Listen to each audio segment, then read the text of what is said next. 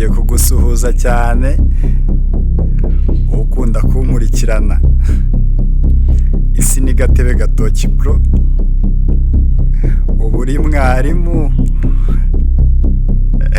wigisha umwana umubwira ko ari umuswa agatsindwa imibare, fizike, shimi na biyoloji, ikinyarwanda n'icyongereza,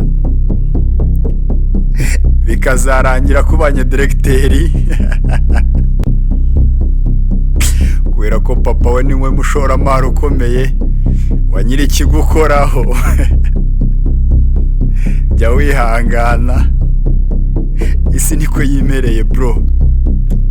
Ndagusuhuje cyane wowe ukiri umwarimu, gakore cyane kandi wishimye kuko umusaruro wawe ni ukumenya yuko hari icyo wakoreye abantu.